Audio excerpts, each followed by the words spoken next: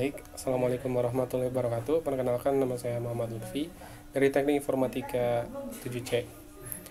Di sini saya akan mempresentasikan analisis perusahaan ekspedisi antaraja menggunakan model tata kelola TI ISO atau ISC 17799. Di mana di ini mata kuliah standar sistem dan perangkat lunak. Di sini pada bab 1 yaitu pendahuluan terdapat profil perusahaan, visi, misi, serta sasaran. Struktur organisasi, media sosial ekspedisi antaraja, yaitu ada website, Instagram, serta Facebook. Pada umumnya, sebuah perusahaan itu memiliki visi misi, yaitu bertujuan untuk mendapatkan goals dan tujuan perusahaannya masing-masing.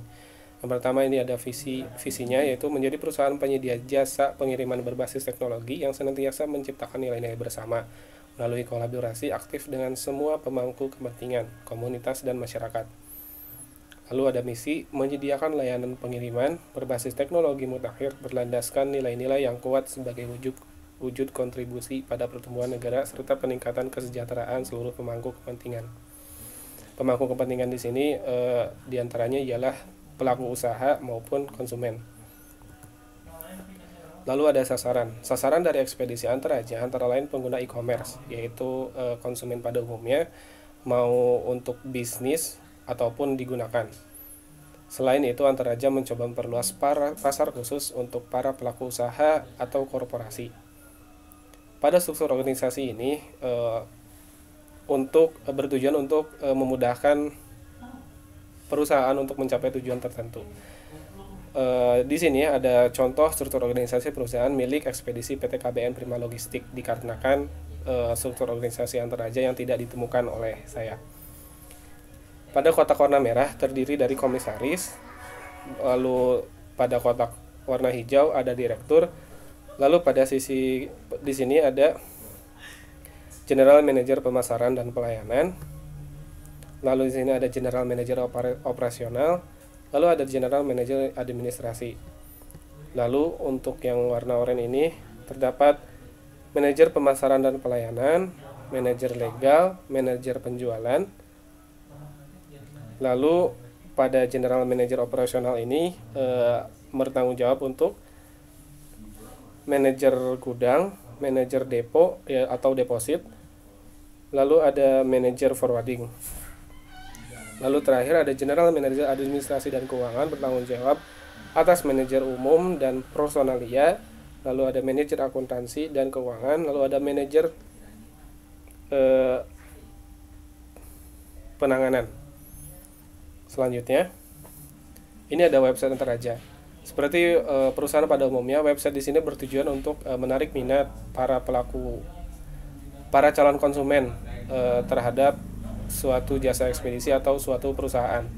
Di sini ada laman awal yang terdapat pada navbarnya, yaitu login, ongkir, lalu lokasi, layanan tentang perusahaan antaraja, lalu pusat bantuan, lalu ada blog, download, serta bahasa. Harapannya dengan adanya website ini dapat membantu pelaku usaha maupun individual. Website ekspedisi antaraja merupakan platform online yang dimiliki oleh ekspedisi antaraja yang menyediakan berbagai layanan yang dapat digunakan oleh pengguna, seperti lacak, cek ongkir, lokasi, layanan pusat bantuan, blog, dan lain-lain. Fitur tersebut dapat membantu konsumen dalam mengatasi kendala maupun informasi yang dibutuhkan konsumen antaraja. Harapannya dengan adanya website ini dapat membantu konsumen antaraja. Lalu ada Facebook ekspedisi antaraja. Sama seperti Instagram yang bakal dijelaskan nanti. Pada media sosial Facebook antaraja juga terdapat berbagai informasi mengenai antaraja, iklan, promosi, giveaway, dan lain-lain, hanya saja dalam kemasan media sosial Facebook dan dapat diakses dengan menggunakan smartphone maupun komputer. Dan seperti ini tampilannya, seperti Facebook pada umumnya. Lalu ini masuk ke Instagram. Instagram antaraja merupakan salah satu akun media sosial resmi sosial antaraja. Platform ini dapat diakses melalui komputer maupun smartphone. Pada media sosial ini terdapat berbagai macam informasi terupdate yang diposting oleh antaraja. Di antaranya Reels, yang berisi hiburan maupun informasi tentang antar raja. Feed yang berisi promosi, giveaway, games, dan lain-lain. Di bio juga terdapat informasi customer service apabila dibutuhkan oleh konsumen.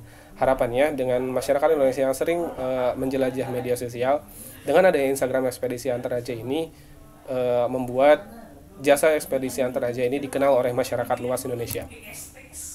Lalu ada bab 2, identifikasi ISO atau IAC 17799. Terdapat kondisi saat ini. Kondisi teknologi informasi saat ini yang dimiliki ekspedisi antar raja yaitu ada 5 jenis layanan yang disediakan oleh ekspedisi antar raja, yaitu kargo, frozen atau pengiriman dalam bentuk beku seperti frozen food atau frozen food atau seperti daging beku atau nugget-nuggetan dan lain sebagainya. Lalu same day yaitu pengiriman dengan hari yang sama. Next day yaitu pengiriman di hari berikutnya. Reguler di jasa ekspedisi biasanya paket akan diantar dan sampai di tujuan dalam waktu 2 atau 4 hari. Eco, lalu ini adalah ekonomis dengan harga yang terjangkau, dan COD cash on delivery yaitu dengan mengirim paket dan bayar di tempat. Pada umumnya, prosedur pengiriman paket memiliki kesamaan. Berikut penjelasan pengiriman paket ekspedisi antar raja.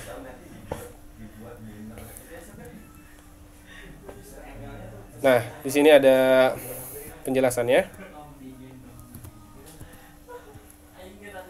Pertama itu ada order placement. Ketika bisnis menerima pesanan, pelanggan beserta detail pesanannya biasanya dikirim ke sistem manajemen pesanan. Dengan begitu akan memudahkan kantor maupun para mitra antar raja untuk mendata paket yang ada di gudang maupun yang sudah terkirim. Yang kedua, mengambil persediaan, mengumpulkan barang tertentu dari persediaan untuk memenuhi pesanan pelanggan. Yang ketiga, sortir barang, tahapan saat barang diambil dipisahkan sesuai dengan tujuannya. Sortir barang seperti contohnya bila mana ada berbagai paket dari dan dikirim kepada di tiap kota yang berbeda.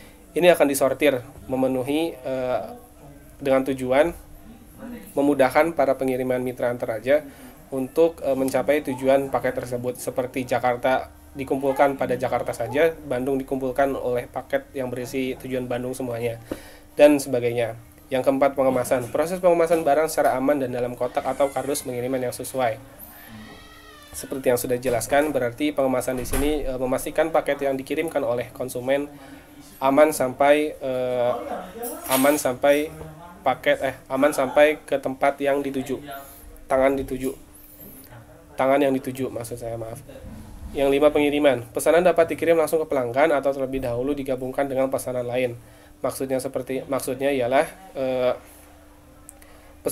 bila ada pesanan di gudang, ada 5 pesanan atau 5 paket, itu dapat dikirimkan langsung.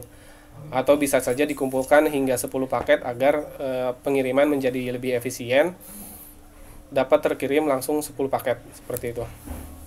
Lalu ada standar tata kelola TI ISO atau IAC 17799.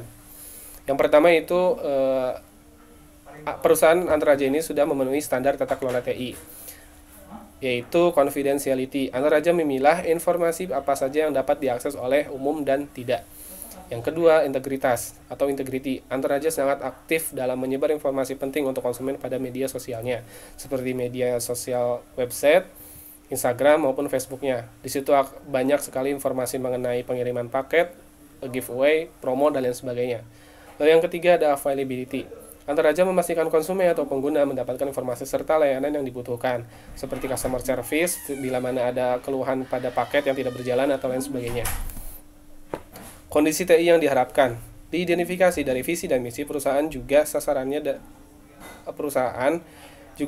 dan tujuannya. Berikut kondisi TI yang diharapkan pada antar raja. Yang pertama, mencantumkan visi dan misi ke dalam web maupun media sosial mereka, dikarenakan setelah diteliti oleh saya ternyata visi dan misi antar raja tidak terdapat pada laman Facebook, Instagram maupun websitenya. Yang kedua, menampilkan informasi ongkos kirim saat dibutuhkan oleh pengguna atau tidak berupa list, karena setelah diteliti ternyata informasi pengiriman paket antar raja ini masih berupa list. Dengan kata lain, tidak mencantumkan kota lalu otomatis tampil ongkos kirimnya, seperti itu. Yang ketiga, terdapat informasi yang jelas mengenai kontak yang dapat dihubungi saat paket sampai di tempat tersebut. Yang keempat, akurasi sistem dalam pelacakan informasi paket yang tinggi. Yang kelima, sistem yang efektif serta efisien dan dapat mudah dimengerti oleh konsumen-konsumen baru. Dengan ini dapat menjadi evaluasi dan perbaikan bagi ekspedisi antaraja. Dari segi pengelolaan TI akan terus bersaing dan mendapatkan kepercayaan dari para konsumen di Indonesia. Bab 3, analisis. Pada analisis ini terdapat kunci permasalahan TI mengambil dari analisis SWOT, yaitu strength atau kekuatan, weakness atau kelemahan, opportunity atau peluang, threats atau ancaman. Lalu ada strategi layanan TI-nya. Yang pertama, kunci permasalahan TI. Permasalahan TI pada ekspedisi antaraja meliputi beberapa hal. Permasalahan tersebut akan dibuat dengan analisis SWOT, seperti saya jelaskan tadi. Yang pertama ada strength, kekuatan, sistem informasi yang dapat diakses oleh komputer maupun smartphone. Yang kedua ada layanan jasa kirim yang lengkap. Yang ketiga, lengkapnya fitur yang disediakan. Yang keempat, memiliki karyawan yang kompeten. Yang kelima, sistem informasi yang mudah dipahami. Yang keenam, sistem yang terintegrasi dengan web dan smartphone. Lalu ada weakness. Feedback yang tidak responsif membuat ada saja keluhan yang disampaikan oleh konsumen. Yang kedua, SOP yang cenderung merugikan pelanggan. Untuk SOP yang cenderung merugikan pelanggan ini seperti halnya bila mana paket tidak sampai pada waktu yang ditentukan, maka paket akan kembali terlebih dahulu kepada penjual. Lalu setelah penjual sampai akan dikirimkan kembali, dan itu akan memakan waktu yang sangat lama untuk sampai kepada tangan pelanggan. Yang ketiga, zona antaraja yang tidak menyeluruh.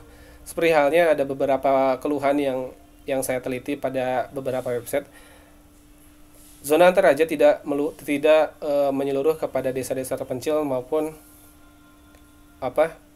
kota-kota yang sedikit masuk ke dalam, seperti halnya belusukan seperti itu. Jadinya tidak mendetail untuk zona wilayah antaraja. Yang keempat, belum memiliki cadangan sistem terhubung dengan mitra apabila terjadi keluhan oleh pelanggan. Dengan kata lain, pelanggan tidak dapat menghubungi website lainnya apabila satu website ini bermasalah atau lain sebagainya. Lalu ada opportunity atau peluang. Ada beberapa peluang yang bisa antaraja manfaatkan. Yang pertama, meningkatkan kembali layanan pada sistem informasi yang ada. Yang kedua, meningkatkan layanan customer service, karena sebelumnya saya teliti, karena customer service ini cenderung tidak memiliki solusi saat ditanya tentang keluhan konsumen. Yang ketiga, memunculkan fitur terbaru yang memudahkan antara pelanggan dengan mitra. Yang keempat, memudahkan SOP menjadi lebih baik dan memudahkan mitra dengan pelanggannya. Lalu ada threats, ancaman. Banyaknya persaingan jasa ekspedisi yang cepat dan sistem informasi yang terupdate. Seperti yang kita ketahui, jasa ekspedisi di Indonesia ini sangat banyak, seperti halnya Indah Logistik, Shopee Express, dan lain sebagainya. Karena mereka memiliki pelanggan yang mungkin sangat puas dengan kinerjanya, sehingga mereka berkembang cepat perusahaannya.